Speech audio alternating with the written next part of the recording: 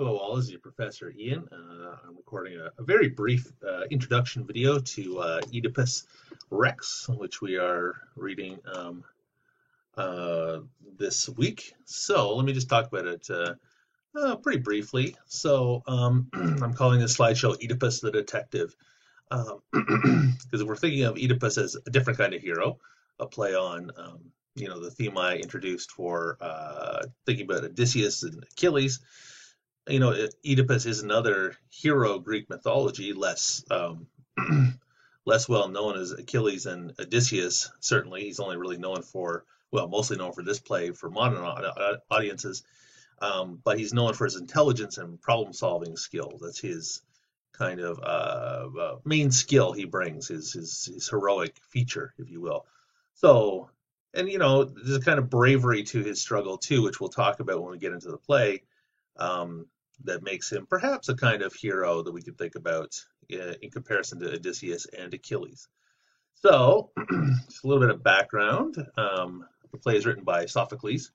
There's a bust of Sophocles. Of course, all these busts you see of these big Greek figures and Roman figures and such were usually, especially the Greek figures, were usually crafted, many many years after their death by people who are just going by description or rumor or legend of what that person looked like. So Sophocles might have looked like that, but maybe not. That might just be, this is a kind of popular depiction of him, might just be based on what people think or thought at the time, and that became the tradition. Anyway, side note. So Oedipus Tyrannus, the Greek name, we usually know by Oedipus Rex, the Latin name. Rex means king, and Tyrannus means king or tyrant, more likely. So it's a kind of not quite a legitimate king, but a ruler. Um, so written by Sophocles, it's the first in a series we call the Theban plays, or the Theban plays, I should say. Oedipus Tyrannus, Oedipus Colonus, and Antigone, which you might have read Antigone, or you will hopefully read it in the future. It's another one of the really well remembered plays from classic Greece. Written by Sophocles, part of a series, and again, as you can see, Oedipus shows up in the second one. Antigone is his daughter, and she is the main focus of the third one.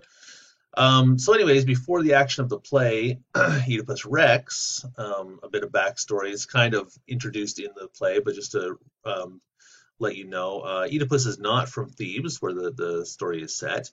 He happens to come across the Sphinx, who has cursed the city of Thebes, and he is able to solve the Sphinx's riddle. And the Sphinx, so disgusted and or horrified by this, throws herself off a cliff, and the curse is lifted off the city of Thebes. As a reward, Oedipus is given the hand of Jocasta in marriage. Jocasta is a widow, a dowager queen. Her husband has been killed, so she is free to marry, and she is Oedipus's prize for defeating the Sphinx is Jocasta's hand in marriage, because her husband Laius is out of the picture. Anyways, then he becomes the king of Thebes. So that's kind of the backstory. And the Sphinx's riddle, you might have heard this before. It's not actually in the play, but common legend is it goes something like, what is the creature that walks on four legs in the morning, two legs at noon, and three in the evening? And the answer is man, or humankind. Right? We walk in four legs in the morning when we're babies, the morning of our lives. Two legs at noon. When you're an adult, you walk around on two legs, and three legs in the evening. So when you're an old person, you walk with a cane. So two legs and a cane, right? And that's the idea behind the riddle. And it's an interesting riddle to attribute to the Sphinx in this play, because the answer is man or human, and the focus of this play is about the limits of being a human in this world. Do we want to know everything? Can we know everything? Should we challenge the gods in these ways? Are we bringing disaster upon ourselves? Do we have any choice but to do the things that we do as humans? Anyway, so that's the focus of the play. So it's an interesting riddle to attribute to the Sphinx. It's not part of the play itself, but that's the commonly thought. It's the common legend of what that riddle is. Okay, so I just included a little family tree if you're interested, right? So it's Jocasta and Laius, they're the parents of Oedipus. I won't go too much into this because I don't want to ruin the play if you haven't read it before or unfamiliar with it. But you can see Jocasta and Laius are kind of cousins as well, right? We've been talking a little bit about incest and inbreeding in some of these ancient Greek texts, and it's true that this is like a royal line. These are all royalty, right? So rulers of cities and such. So that was very common for rulers and royalty to marry, their children to each other, cousins, or even in some cultures, brothers and sisters at times, in order to maintain that power distilled into one family line, one dynasty. Plus, you could trust your cousin supposedly more than the person down the road. So there's a kind of safety involved here too. In the play, we also see Creon, and he is Jocasta's brother, right? So that's the relationship there. And Jocasta and Oedipus have these children. As I mentioned, Antigone is the focus of the third play in the series. So something to look for. And you can see, this is Harmonia is a goddess. Cadmus is a super famous Greek hero as well, founder of Thebes. There's all kinds of legends about him as well. So this is a very what's the word? Glorified bloodline that Jocasta and Laius and Oedipus share, right? They're not just commoners; they're descended from gods, right? And you can see even one of Cadmus and Harmonia's children is Semele. Semele and Zeus, of course, had Dionysus. So there's some big names to be found in their bloodline. So, anyways, you can refer to that if you get confused, you want some clarification. A couple themes to look for while you're reading Oedipus. Two major themes: free will versus fate. You should be asking yourself as you're reading through this, why is Oedipus doing this? Does he have any choice? What would happen if he didn't do this? Just those kind of questions, right? Because Oedipus seems to be driven by a desire to know the truth. And people keep warning him to stop, that he, Oedipus, stop, you don't want to know this, this is not good. But at the same time, remember at the beginning of the play that there's a plague on Thebes, another plague, not the curse of the Sphinx, but a different plague this time. And to end the plague, Oedipus has to find Laius's killer.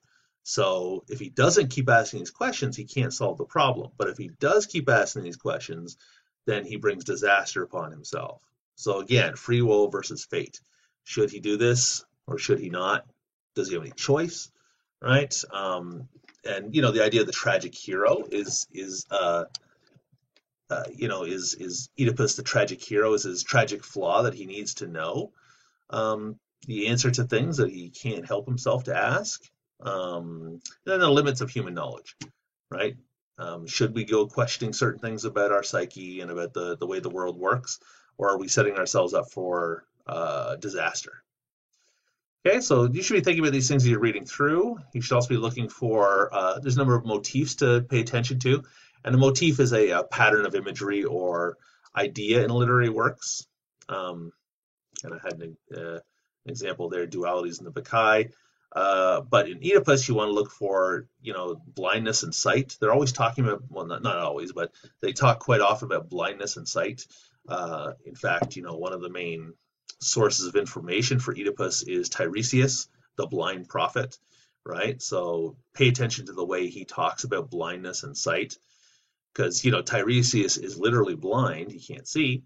But Oedipus is blind in another way, right? Oedipus takes a long time to realize what's happening and what he's guilty of in this play, right? So think about blindness and sight. Riddles come up a lot. Again, Oedipus is the great riddle solver. That's how he became the king of Thebes. This idea of the crossroads. So you're going to see a number of crossroads come up. Laius is killed at the crossroads. And think about what crossroads represent. It's kind of there's a bit of a universal symbol there, right? The crossroads is where you come to a series of roads and you have to choose which way you want to go, right? So again, free will and destiny. Do we have a choice about which road we take? That kind of thing. Oracles. right? So again, predestination. There's a lot of oracles telling Oedipus how the future is going to go, and he keeps striving against it, okay, or disbelieving it and discrediting it. But it turns out to be the truth in some ways. So pay attention to the motifs as you're reading through, those patterns of imagery and ideas that come through. Very important in plays especially. Also think about the dramatic irony, right? So dramatic irony is a form of irony where we, the reader, know more about the character's situation than the character knows or will admit to him or herself, right? So one thing to think about as you're reading this is that not only for us, but for ancient Greek audiences, they already know the story of Oedipus. They know what's happening or what he's guilty of before the play begins, right? They know this story. And this is true of all the Greek plays and all the Greek, when they'd be listening to the Iliad being recited, they know how it ends. So there's a bit of dramatic irony that gets added to this for audiences familiar with the stories. And dramatic irony can be a lot of fun. Dramatic irony, a good example if you watch, say, The Office, that television show. The boss Michael Scott. He is a goofball, right? He's insecure. He's driven by his insecurities. He doesn't seem to realize that, but the whole joke is that he doesn't realize it, but we get to see him act like a goofball and embarrass himself over and over again, right? So that's an example of dramatic irony in modern TV. You see it on a lot of other shows like Friends or Frasier, right? All these things are set up, misunderstanding between characters. We, the audience, can see this happening and the embarrassment that the characters are going through that they can't see. And then there's that distance between us and them that creates the humor, right? So in a play like this, the dramatic irony creates more tension. We're watching and waiting for that moment when he finally realizes what we already know, right? And then there's this moment of catharsis, which is like a venting of emotion because we feel the tension and he finally realizes it, and we get to experience that release with Oedipus when he realizes the truth, right? Okay, so pay attention. Think about the dramatic irony as it's being set up, right? I just want to talk about the reception of this play. This is perhaps the most famous Greek play or the most remembered Greek play. That's why I put it on the syllabus. I felt we had to cover this. One of the reasons for that is Sigmund Freud, the Austrian psychoanalyst and founder of a lot of psychoanalytical thought. He used the Oedipus story to talk about one of his ideas about the development of human sexuality. So he thought we went through different stages when we're growing up, when we're little babies. We see models around us and we develop our ideas of sexuality and attraction and that kind of stuff by watching the models around us. And of course, the first people we see are our mother and our father. So we base our ideals of, there's the ideal woman. This is what for heterosexual men. This is the ideal woman, and this is and the father figure is what's keeping me from that ideal woman. So he wrote about Oedipus.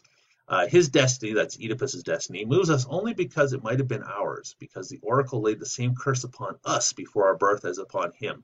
It is the fate of all of us, perhaps, to direct our first sexual impulse towards our mother and our first hatred and our first murderous wish against our father.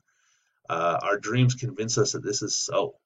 Now, there's a lot of times Freud is kind of characterized or mischaracterized as saying we all want to sleep with our mothers. He doesn't literally mean that we would want to jump in bed with our mothers. He means that we form sexual attractions when we start forming our sexual libido when we're babies, and we start by looking around us, what's closest to us, our closest interactions with the opposite sex. And of course, there's the Electra complex, which is the same for women with their fathers and their mothers, right? It's just the opposite switch of genders.